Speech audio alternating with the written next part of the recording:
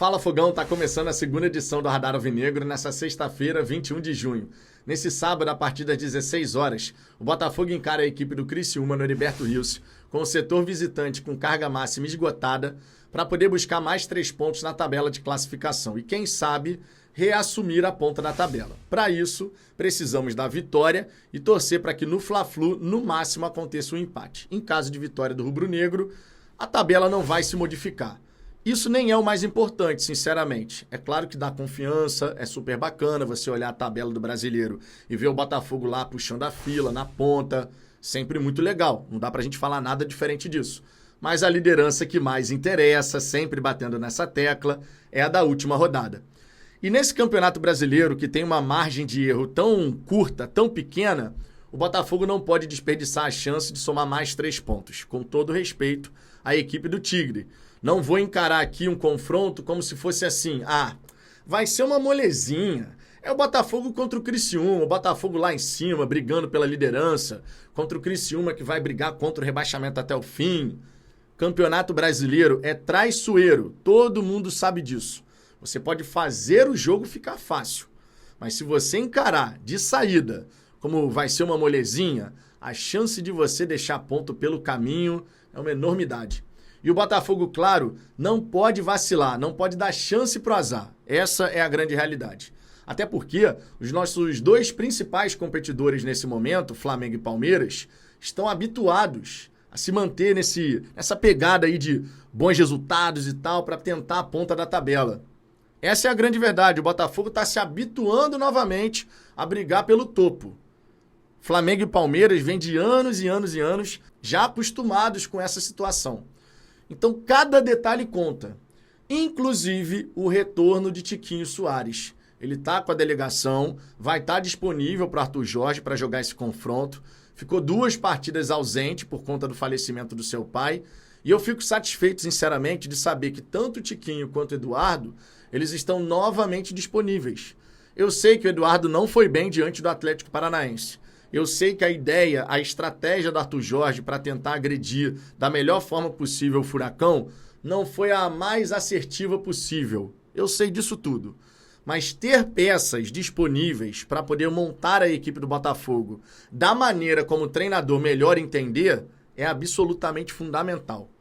O Botafogo está sem o Savarino, que inclusive amanhã estreia na Copa América com a seleção da Venezuela.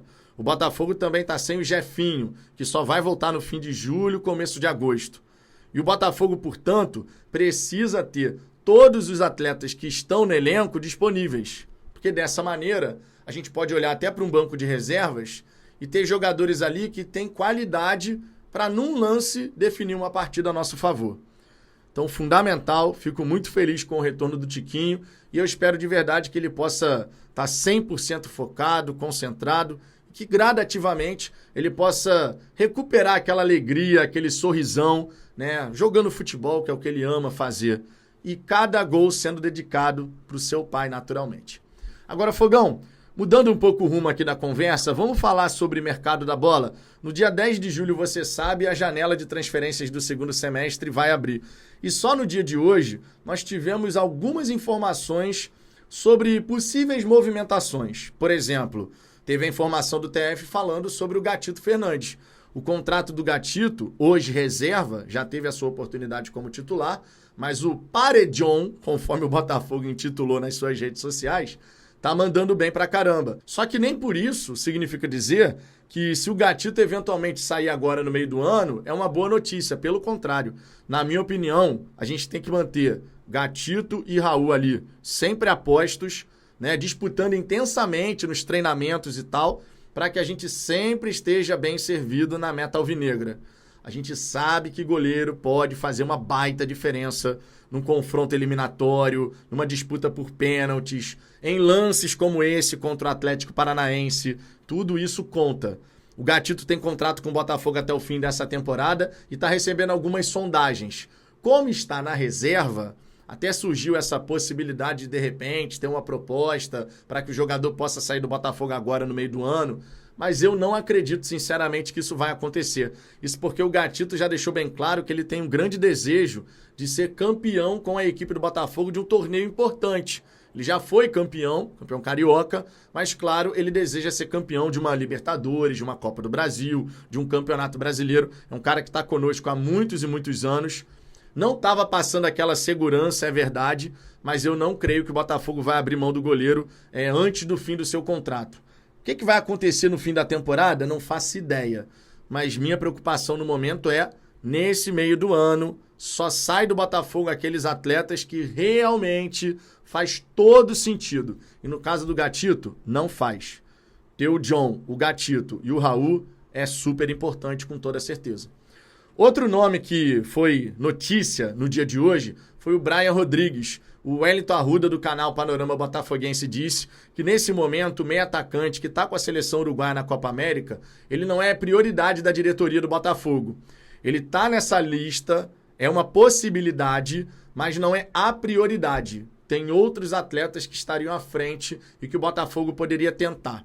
O Brian Rodrigues pertence ao América do México, já passou pelo futebol espanhol, pelo Almeria, já jogou na MLS também, no Los Angeles FC, e é um jogador de seleção uruguaia. Então, naturalmente, é um cara que tem talento, que tem capacidade, não vem sendo titularaço no América do México, é bom que se diga. Pelo contrário, ele vem entrando mais como uma alternativa ali no banco de reservas do que outra coisa, mas é um jogador que tem uma capacidade técnica interessante. Se ele é uma alternativa, bacana.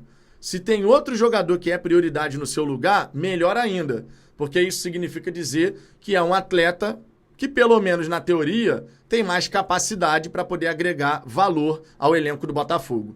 Um desses atletas, você sabe, pode ser o Thiago Almada, que não atua na mesma posição do Brian Rodrigues, é bom que se diga, mas é um jogador para o setor ofensivo, onde a gente sabe o Botafogo está querendo se reforçar, o que é muito necessário, diga-se de passagem.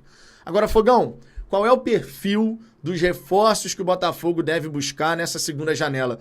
Isso também foi alvo de notícia no dia de hoje. O Globo trouxe essa informação dizendo que o Botafogo já tem uma lista, tá, para as posições que ele tem ali prioridade e tal, e que ele teria estipulado um teto de idade, digamos assim, um limite de idade.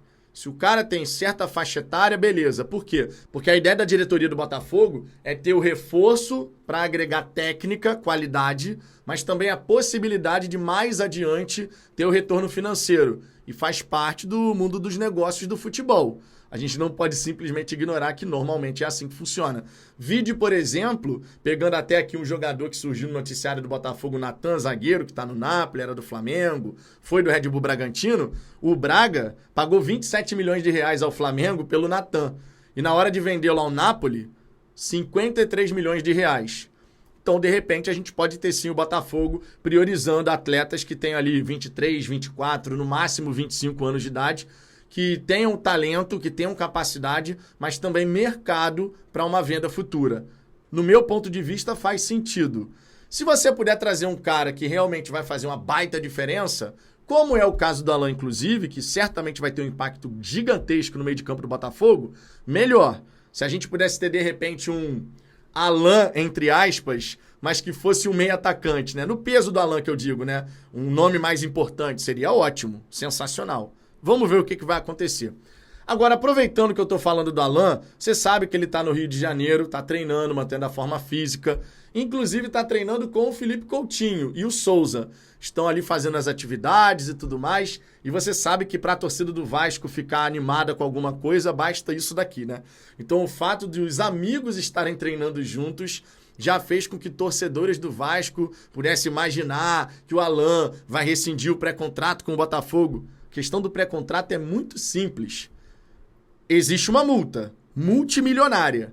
Se o Alan quiser rescindir esse pré-contrato, o Botafogo vai ser ressarcido.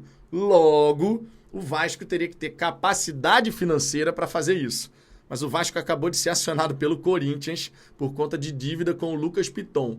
Papo de 8,7 milhões, alguma coisa assim. Então, assim, de verdade, eu não me preocupo com isso. Na real, o Vasco tem que se preocupar com o pensamento do Coutinho, porque um dos pontos que estão sendo falados aí é que o Coutinho quer estabilidade no Vasco para poder chegar e fechar de fato. Só que estabilidade de Vasco, coisinha difícil de combinar, hein? Vamos falar com sinceridade aqui, né? Enfim, Eram essas as informações que eu queria passar para você nesse vídeo, nesse último vídeo de sexta-feira. Espero que você possa curtir a sua sexta. Amanhã a gente está de volta. Tem pós-jogo, tem Madrufogão, muita programação aqui sobre o Botafogo para vocês. Por hora é só, um grande abraço, deixa seu like, inscreva-se. Fui, valeu!